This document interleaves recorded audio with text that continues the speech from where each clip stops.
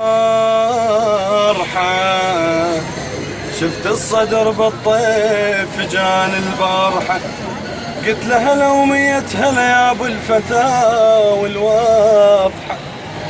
مديت ايد السالمة شفت القلب قبل الجفوف صافحة، قلت له يا سيدي عنده حكي قال احكي قول ايش ما قلت، طبع الصدر مثل الوطن واجب عليك الصرحة،